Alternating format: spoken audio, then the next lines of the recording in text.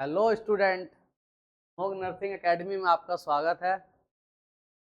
आज जो है हमने एक 12th का टॉपिक लिया है फिजिक्स का। इसका नाम है अल्टरनेटिंग करंट, प्रत्यावर्ती धारा। तो ये हमारे PNST exam, NEET exam, JEE exam, जितने भी हमारे फिजिक्स के रिलेटेड एग्ज़ाम होते हैं, जो एग्ज़ाम में इसके क्वेश्चंस आते हैं, जो क्लास 12th का टॉपिक है, तो ये टॉपिक बहुत ही इम्पोर्टेंट है आपके लिए। और इस टॉपिक से ऐसा कोई सा एग्जाम नहीं है जिससे इसमें क्वेश्चन ना आए हो, इसलिए हमने ये टॉपिक को आपके लिए जो है आज स्टार्ट करने वाले हैं। ठीक है, तो ज़्यादा बकवास ना करते हुए हम सीधे इस टॉपिक पे आते हैं। और आप कॉपी और पेन लेके आप बैठें और आप इसको नोट्स करें। जो आप जानते हैं वो अच्छी बात है, जो नहीं जानते हैं उसका नोट्स बनाएं बढ़िया एकदम। और क्वेश्चन जब प्रैक्टिस कराऊंगा तो खुद से भी ट्राई करके देखें दोबारा, और अगर जो बन जाता है तो फिर अच्छी बात है ना। तो हम चालू करते हैं। तो आज का टॉपिक हमारा क्या है? अल्टरनेटिंग करंट, जो कि क्लास 12th का टॉपिक है, ये आप सबको पता होगा। आज का टॉपिक है alternating current. Alternating current, English medium वालों को तो अल्टरनेटिंग करंट समझ में आ गया होगा, लेकिन जो बच्चे हिंदी मीडियम से हैं उनको थोड़ा सा समस्या होती है इंग्लिश में। तो इसको हिंदी में बोलते हैं प्रत्यावर्ती धारा। क्या बोलते हैं इसको? प्रत्यावर्ती धारा बोला जाता है। ये अब बात आती है कि प्रत्यावर्ती धारा या अल्टरनेटिंग करंट होता क्या है एक्चुअली में।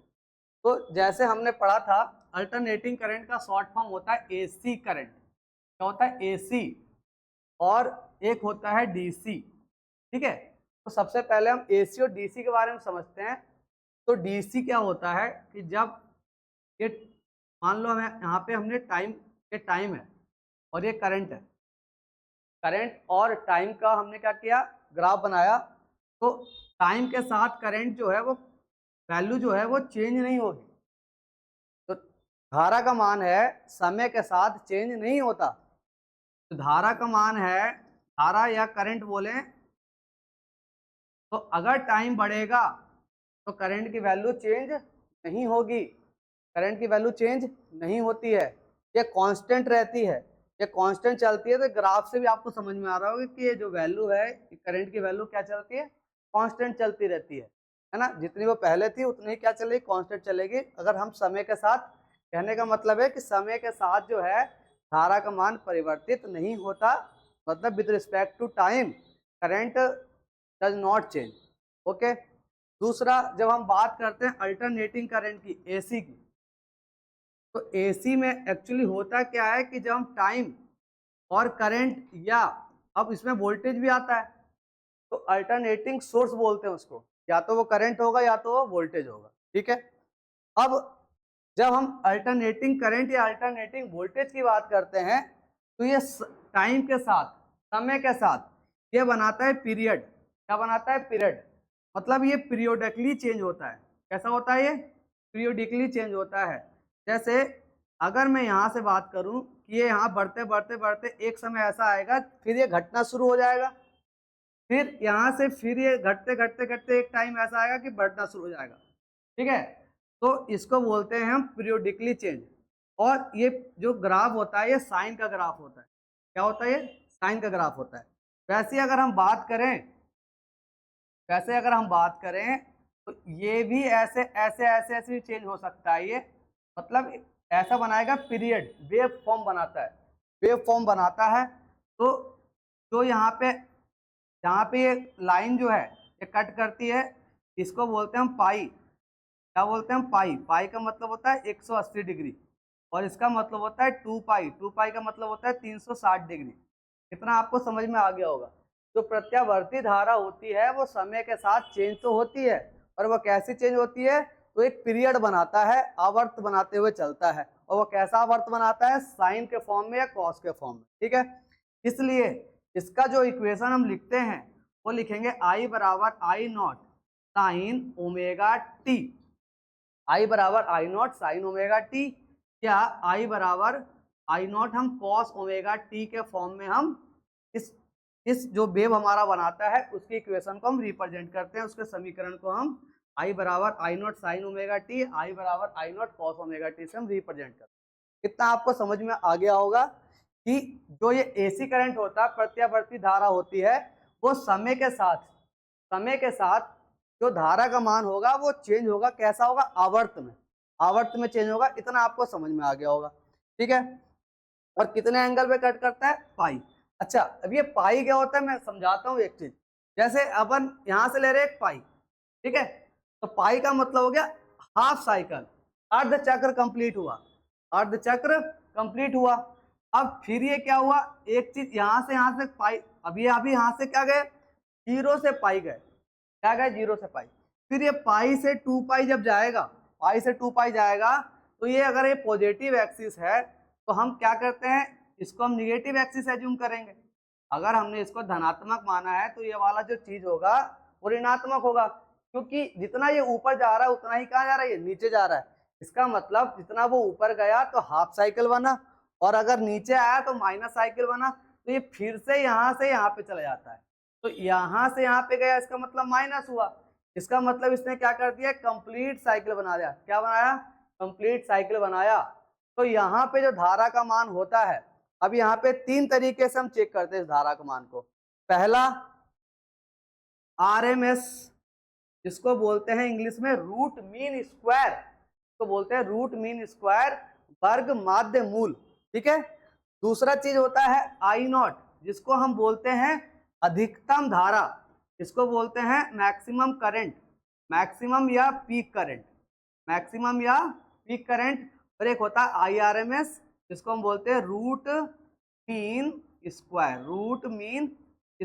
करंट, रूट मीन स्क्वायर, या हिंदी वाली लिख सकते हो वर्ग माध्य मूल। IRMS का मतलब होता है वर्ग माध्य मूल धारा। और एक दूसरा करंट आता है आई नॉट, क्योंकि सबसे ज्यादा कंफ्यूजन है बच्चे को यही, आई नॉट, IRMS, आई एवरेज, ये सब क्या होता है, तो यहाँ पे समझते हैं। अब IRMS का मतलब हो गया वर्ग माध्य मूल धारा, आई नॉट का मतलब हो गया अधिकतम धारा, अधिकतम धारा का मतलब हो गया करंट। और कैसा करंट? मैक्सिमम करंट, या इसी को हम बोलते हैं पीक करंट का मतलब क्या होता है कि ये यहाँ से बढ़ते एक समय ऐसा आएगा जहाँ पे ये क्या होगी, वैल्यू पीक होगी, और वहां से वैल्यू घटना शुरू हो जाता है। तो यहाँ से बढ़ते एक ऐसा टाइम आएगा जहाँ पे हम रुकना होगा, फिर ये क्या होगा, नीचे आएगा। तो जहां पर मैक्सिमम हाईएस्ट पॉइंट होता है, जहां से वैल्यू घटनी शुरू हो जाती है, उसको बोलते हैं पीक करंट। कितना समझ में आ गया होगा। एक होता है आई एवरेज का मतलब ये हो गया माध्य धारा, एवरेज करंट। क्या होता है? एवरेज करंट का मतलब क्या हुआ कि भाई एक जितना ये गया जितना ये प्लस में गया था उतना ये माइनस में भी है। इसका मतलब इसने एक साइकिल कंप्लीट कैसा बनाया, जितना ये यहाँ से यहाँ पे गया था उतना ही यहाँ से ये यहाँ पहुंच गया, तो एक कंप्लीट साइकिल हो गया। ये क्या हो गया? कंप्लीट साइकिल हो गया। तो जितना ये प्लस चला होगा उतना ये माइनस चला होगा, तो दोनों वैल्यू को अगर हम ऐड करेंगे तो उसकी वैल्यू 0 आती है, क्योंकि जितना वो प्लस चला उतना ही, क्योंकि जहां से वो कंप्लीट साइकिल का मतलब, पूर्ण चक्र का मतलब ये होता है कि जहां से हम स्टार्ट किए हैं और वहीं पे जाके हमारी कहानी खत्म हो गई। तो इतना समझ में आ गया होगा बेटा थोड़ा सा कि ये डीसी करंट क्या होता है, दिष्ट धारा क्या होता है। ये दिष्ट धारा है। यहाँ पर जो करंट समय के साथ धारा का मान अपरिवर्तित होता है, और यहाँ पे समय के साथ धारा का मान परिवर्तित होता है। और कैसा होता है, क्वेश्चन आएगा तो साइनोसॉइडल होता है। इसको बोलते हैं प्रत्यावर्ती, मतलब पीरियोडिकली चेंज होता है। साइनोसॉइडल आता है, क्वेश्चन आता है कि जो एसी सर्किट में या प्रत्यावर्ती परिपथ में जो हमारा धारा का मान होगा वो किस टाइप से चेंज होगा, तो बोलोगे आवर्त काल में होगा, आवर्ती होगा, और साइन के वेव पे फॉर्म बनाएगा, साइन या कॉस के, ठीक है। इतना आपको समझ में आ गया होगा। अब हम आगे बात करते हैं। जब इतना बात समझ में आ गया सर तो बढ़िया है, ठीक है। उसके बाद क्या होगा कि हमने तीन चीज की बात की, एक बात की IRMS की, एक बात किया हमने इसका आई नॉट का, और एक बात किया आई एवरेज, ठीक है। IRMS की बात की, आई नॉट की बात की और आई एवरेज। इसी तरीके से यहाँ पे भी यही चीज होगा, VRMS, V नॉट और V एवरेज। इतना समझ में आपको आ गया होगा। IRMS की जो वैल्यू होती है वो आई नॉट अपॉन में √2 होती है। तो ये जो रिलेशन होता है वो अधिकतम धारा और वर्ग माध्य मूल के बीच का संबंध होता है, relation between maximum current and root mean square current. IRMS बराबर आई नॉट अपॉन में √2। इतना आपको समझ में आ गया होगा। अब इसको अगर मैं सॉल्व करूं, जैसे आई नॉट डिवाइड में √2 है, तो अगर मैं इसको और सॉल्व करूं तो ये हो जाएगा आपका √2 अपॉन में √2। तो यहां से आ जाएगा √2 आई नॉट, और √2 इंटू √2 होता है 2। √2 की वैल्यू हम समझते हैं 1.414 होता है आई नॉट, और ये होता है 2। अगर हम इसको 2 से काटेंगे तो हमारा वैल्यू आएगा 0.70 आई नॉट, ठीक है। तो कहीं कहीं आपको ये चीज लिखा रहता होगा कि IRMS की जो वैल्यू होती है 0.707, ये डायरेक्ट वैल्यू लिखी रहती है बुक में, लेकिन ये हमें पता नहीं चलता है कि ये आया कैसे। तो मैंने आपको समझाया कि आई नॉट अपॉन √2 होता है, √2 से हम मल्टीप्लाई √2 से डिवाइड करते हैं, इसका करते हैं हर परिमेयकरण, या इसको रैशनलाइज बोला जाता है। तो √2 से √2 हमने क्या किया, फिर √2 इधर चला गया, √2 2 हो गया, √2 की वैल्यू 1.414 होती है, 2 से इसको काटा तो 0.707 आई नॉट हमारा आ गया, ठीक है। इतना आप समझ गए। इसी तरीके से सबका रिलेशन होता है। IRMS की वैल्यू 0.707 अब आई नॉट, तो अभी मैंने बताया था आई नॉट क्या है, आई नॉट हमारा है पीक करंट, मैक्सिमम करंट, और हिंदी में बोलेंगे इसको अधिकतम धारा। क्या बोलेंगे इसको, अधिकतम धारा, ओके। इतना समझ में। IRMS क्या होता है, अभी बताया मैंने। IRMS का मतलब होता है कि root mean square current, root mean square current को हिंदी में बोलते हैं वर्ग माध्य मूल धारा। इतना आपको समझ में आ गया होगा, ठीक है। अब बात करते हैं इसी तरीके से VRMS होगा V नॉट अपॉन में √2, और इसको फिर से सॉल्व करेंगे इसी तरीके से, तो हमारी जो वैल्यू आएगी वो 0.707 V नॉट, या इसी को हम परसेंटेज में लिखेंगे तो 70.7% V नॉट हम लिख सकते हैं, ठीक है। तो ये डायरेक्ट क्वेश्चन आता है, क्या रिलेशन दिया होगा, VRMS बराबर 70.7 या 0.707 या V नॉट अपॉन √2। ये वेरी इंपॉर्टेंट फॉर्मूला है, सबसे ज्यादा बच्चे इसी में कंफ्यूज होते हैं कि कब हमको √2 से डिवाइड करना है और कब हमको √2 से मल्टीप्लाई करना है। और आपको कंफ्यूज इसलिए नहीं होना है क्योंकि सिर्फ आपको यही वाली एक वैल्यू याद रखनी है, VRMS equal to V naught upon √2। क्योंकि अगर यहाँ से अगर अधिकतम वोल्टेज पूछा है तो यहाँ से RMS का मान दिया रहेगा, तो आप RMS की वैल्यू लिख के इस √2 से मल्टीप्लाई कर दोगे। अगर आप फॉर्मूले को इसको याद करने जाओगे V नॉट बराबर √2 इंटू VRMS, तो आप कहीं ना कहीं कंफ्यूज हो जाओगे और गलत सलत आंसर लगा के आओगे। तो इससे बढ़िया है कि या सिर्फ आप एक ही फॉर्मूला याद करें, VRMS बराबर V नॉट अपॉन √2, और इसी रिलेशन से हम या तो V नॉट निकाल लेंगे या तो VRMS निकाल लेंगे। इतना आपको समझ में आ गया होगा। अब हम बात करते हैं एवरेज वैल्यू की। तो जैसा मैंने बताया कि V एवरेज जो होता है या I एवरेज जो होगा दो तरीके से होता है, या तो फुल साइकिल होगा या हाफ साइकिल होगा, या तो फुल साइकिल होगा या तो हाफ साइकिल होगा। फुल साइकिल का मतलब हो गया पूर्ण चक्र, क्या हो गया, पूर्ण चक्र, और हाफ साइकिल का मतलब हो गया अर्ध चक्र। फुल साइकिल का मतलब पूर्ण चक्र और हाफ साइकिल का मतलब हो गया अर्ध चक्र। ठीक है, तो अभी जैसा अभी मैंने जो बनाया था, यहां से यहां तक आने में इसको बोलते हैं अर्ध चक्र, और फिर इतना ही वो नीचे गया तो इतना प्लस गया उतना ही वो माइनस हुआ, इतना वो प्लस हुआ उतना ही माइनस हुआ, तो इसको बोलते हैं फुल साइकिल। इस पूरे को बोलेंगे हम फुल साइकिल, इसको पूरे को बोलेंगे हम फुल साइकिल। तो फुल साइकिल की जो वैल्यू होती है आई एवरेज, वो होता है 0, या वी एवरेज जो होता है वो होता है 0। ठीक है, ये आपने देखा फुल साइकिल का, जितना हम ऊपर गए उतना ही हम नीचे आ गए। तो फुल साइकिल का जो आई एवरेज या वी एवरेज जो हुआ, मतलब जो हमारा माध्य धारा हुई या माध्य वोल्टेज हुआ, वो कितना आ गया, 0 आ गया। ये भी इंपॉर्टेंट क्वेश्चन है, क्योंकि डायरेक्ट एग्जाम में आता है कि फुल साइकिल का अगर हमें एवरेज करंट निकालना हो या माध्य धारा निकालनी हो तो 4 ऑप्शन आपको गिवन रहेगा। तो आपको पता है फुल साइकिल में एवरेज वैल्यू जो होती है 0 होती है। क्यों होती है ये भी मैंने आपको बता दिया। अब हम बात करते हैं हाफ साइकिल की। तो हाफ साइकिल का क्या होता है? तो हाफ साइकिल का क्या होता है, अर्ध चक्र के लिए क्या होता है, अर्ध चक्र के लिए क्या होता है, जो वैल्यू आई एवरेज की है वही वैल्यू वी एवरेज की है। तो अगर मैं यहां से आई एवरेज बोलूं किसके लिए, हाफ साइकिल या अर्ध चक्र के लिए, हाफ साइकिल या अर्ध चक्र के लिए बात करूं तो यहां से हो जाता है 2I0 अपॉन में पाई, ये हमारा रिलेशन होता है। 2I0 अपॉन में पाई ये हमारा रिलेशन होता है।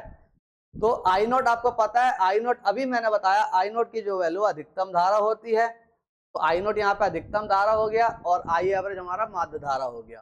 ठीक है, उसी तरीके से अगर हम V एवरेज की बात करें, इसकी बात करें V एवरेज की, तो 2V0 अपॉन में पाई लिख देंगे। अगर यहाँ V है तो यहाँ V, अगर यहाँ I है तो यहाँ पे I0। ठीक है, और अगर इसका मैं शॉर्ट फॉर्म बोला हूं तो इसको सॉल्व करके 2 अपॉन पाई को सॉल्व कर लेना आप, तो आएगा 0.636 V0 आएगा। क्या इसको हम 63.6% V0 भी बोल सकते हैं। ये चीज आपको समझ में आ गई होगी कि हमने यहाँ पे क्या क्या देखा कि भैया डीसी करंट क्या होता है, एसी करंट क्या होता है, एसी सोर्स क्या होता है। तो एसी सोर्स क्या होता है, जो साइन और कॉस के फॉर्म में हमारा समीकरण बनता है, या आई या वोल्टेज। ठीक है, उसके बाद हमने देखा कि इस चीज में कितने सारे जो मान होते हैं, जैसे हमारे रूट मीन स्क्वायर हो गया, एवरेज वैल्यू हो गई, और आपका पीक करंट हो गया, पीक वोल्टेज हो गया। तो इस चीज को हमने अभी एक्सप्लेन किया है। तो मैं आशा करता हूं कि आपको समझ में आ गया होगा, और अगर ना समझ में आया हो तो आप प्लीज इसको कमेंट करें और मुझे बताएं, तो फिर से मैं आपको इसको एक्सप्लेन कर दूंगा नेक्स्ट वीडियो में। अब बात करते हैं कि जितना हमने अभी तक देखा है ना, उसको एक बार देख लेते हैं कि क्या क्या हमने पढ़ा है।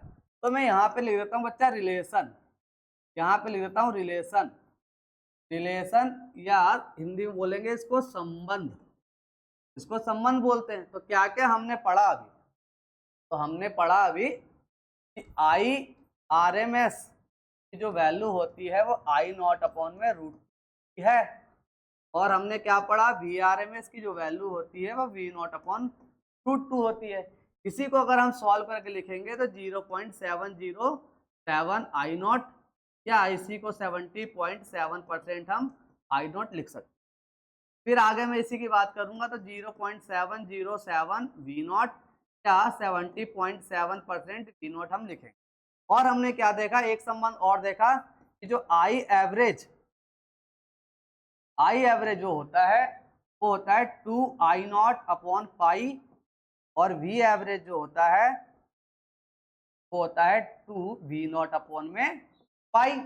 ठीक है, ये किसके लिए होता है, ये किसके लिए होता है, ये होता है हाफ साइकिल। किसके लिए होता है ये, हाफ साइकिल, या इसी को बोलते हैं हिंदी में अर्ध चक्र के।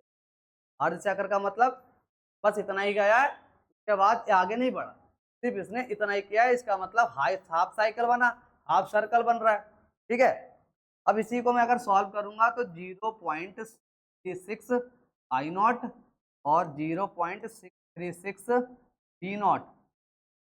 अगर परसेंटेज की बात करें तो 100 से मल्टीप्लाई कर देना, परसेंटेज आ जाएगा 63.6% आई नॉट और 63.6% बी नॉट।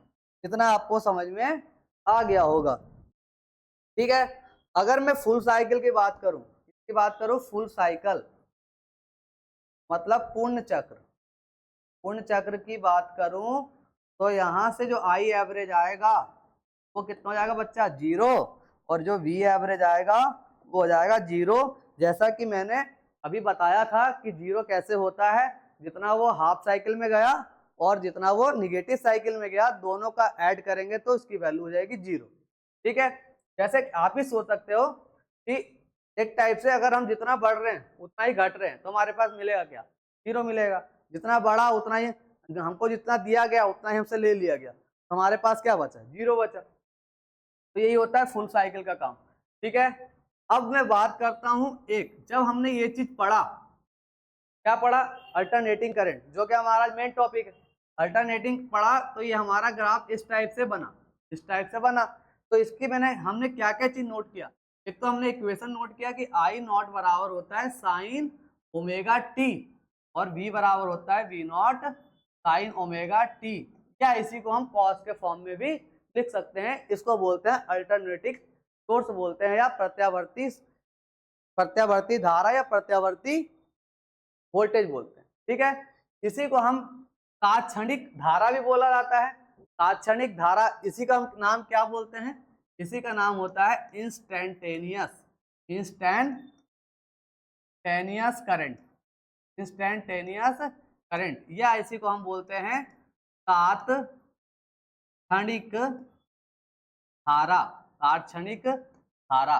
तो जितने टाइप के धारा हैं, जितने टाइप के वोल्टेज है, मैंने सबके बारे में बताया कि आई को बोलते हैं इंस्टेंटेनियस करंट या तात्क्षणिक धारा, या इसको बोलेंगे हम अधिकतम धारा, मैक्सिमम करंट, पीक करंट।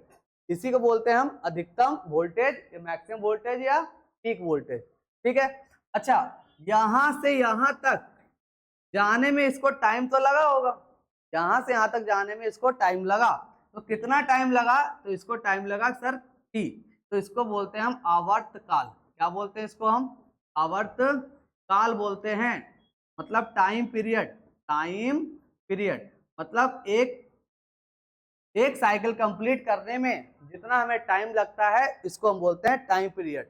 एक पीरियड कंप्लीट करने में जितना हमें टाइम लगा उसको हम बोलते हैं टाइम पीरियड या आवर्त काल। एक आवर्त को पूरा करने में जितना हमें समय लगा उसको बोलते हैं हम टाइम पीरियड या आवर्त काल, ठीक है। अच्छा, तो एक चीज और भी समझो इस चीज पे कि भैया यहां से यहां तक जाने में तो समय लगा होगा, यहां से यहां तक जाने में भी समय लगा, फिर यहां से यहां तक आने में भी समय लगा। मान लो यहां से यहां तक जाने में टी समय लगा, यहां से यहां तक आने में भी टी समय लगा, ठीक है। फिर यहां से यहां तक आने में भी समय लगेगा और यहां से यहां तक आने में भी टी समय लगेगा। इसका मतलब टी टी टी टी कितना टी हो गया, तो आ गया आपका t plus t plus t plus t equal to में पूरा जो होता है वो कितना होता है, कैपिटल टी होता है। ये हो गया हमारा 4t इक्वल टू टी, तो टी बराबर होता है t/4। इसको हम बोलते हैं समय, इसको हम बोलते हैं समय या टाइम। टाइम और टाइम पीरियड दोनों अलग अलग चीज है। अगर यहाँ से बोले कि हमें कितना समय लगा, कितना समय लगा इस पूरे सर्किट को कंप्लीट करने के लिए, तो टाइम पीरियड को हम 4 से डिवाइड कर देते हैं, तो यहाँ पे हमें यहाँ से यहाँ तक आने में एक समय हमें पता चल जाता है कि यहाँ से यहाँ तक मैक्सिमम पॉइंट तक पहुंचने में हमें कितना समय लगा, अधिकतम बिंदु तक पहुंचने में हमें कितना समय लगता है, तो कैपिटल T/4। इसलिए इसको मैक्सिमम टाइम भी बोलते हैं, मैक्सिमम टाइम या अधिकतम समय भी बोला जाता है। कितना समय अधिकतम लगा एक हाईएस्ट पॉइंट पहुंचने के लिए, जहां से वैल्यू क्या हो गई, घटना शुरू हो गया, कितना समय आ गया होगा। अच्छा, जब टाइम पीरियड है तो टाइम पीरियड जो होता है बच्चा फ्रीक्वेंसी का उल्टा होता है, तो टाइम पीरियड की जो वैल्यू होती है 1/f होती है। और टाइम पीरियड की जो, अगर मैं यूनिट की बात करूं तो इसको हम सेकंड में मेजर करते हैं, सेकंड में।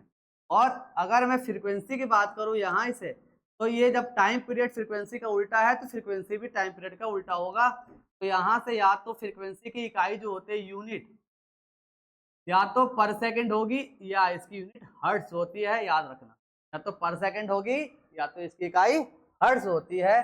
तो यहां से हमें पता चला टी, एफ और कैपिटल टी और एफ के बारे में पता चला, ठीक है। अच्छा, अब ये जो, अब इसकी बात करते हैं आगे थोड़ा सा, है ना। अब आगे वाली स्लाइड में देखते हैं, या इसको मैं थोड़ा सा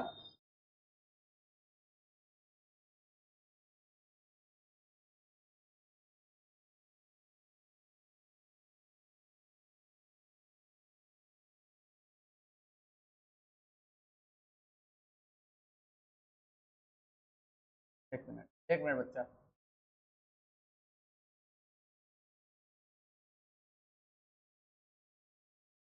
ठीक है। अब जो है, अभी तक हमने देखा, फिर से हम इस डायग्राम को एक्सप्लेन करते हैं। तो यहां से यहां तक आने में अभी हमने बताया कि हमारा जो टाइम लगता है टी लगता है, और टी की वैल्यू 1/f होती है, ठीक है। अब ये क्योंकि सर्कुलर लूप में घूम रहा है, तो यहाँ पे एक इसकी जो फ्रीक्वेंसी होती है ओमेगा भी होती है, तो हम बोलते हैं आवृत्ति, कोणीय आवृत्ति रेगुलर फ्रीक्वेंसी बोल सकते हैं आप, या कोणीय आवृत्ति बोल सकते हैं। तो ये होता है ओमेगा। ओमेगा की वैल्यू जो होती है वो 2π/t होती है, या 2πf होता है। तो ये भी याद रखेंगे कि ओमेगा की वैल्यू, क्योंकि क्वेश्चन में आपको कुछ भी निकालने को दे सकता है, हो सकता है टाइम पीरियड पूछ ले, फ्रीक्वेंसी पूछ ले, या ओमेगा पूछ ले। तो इसको बोलते हैं आवृत्ति, और इसको बोलते हैं कोणीय आवृत्ति, या इसको बोलते हैं हम कोणीय आवृत्ति, इसको बोलते हैं हम कोणीय आवृत्ति, या एंगुलर फ्रीक्वेंसी बोला जाता है।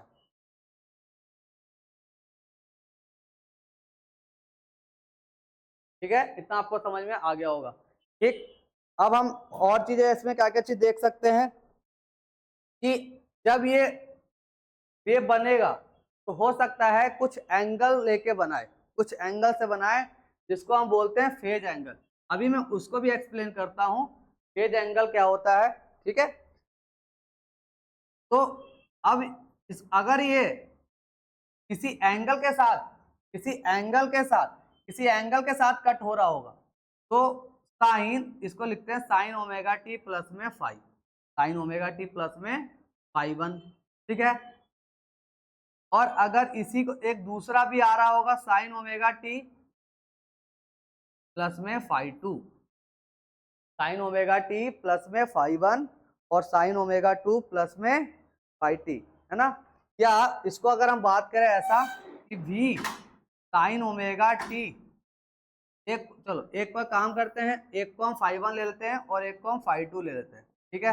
तो अगर हमें b और i के बीच में जो कोण बनता है उसको हम फाइव से डिनोट करते हैं, तो उसको बोलते हैं हम फेज एंगल। क्या बोलते हैं? Phase angle. जैसे मान लो ये करंट है I का, और यहाँ से एक वोल्टेज सोर्स भी आ रहा है, तो ये कट करेगा, तो कितने डिग्री पे कट करता है ये समझते हैं।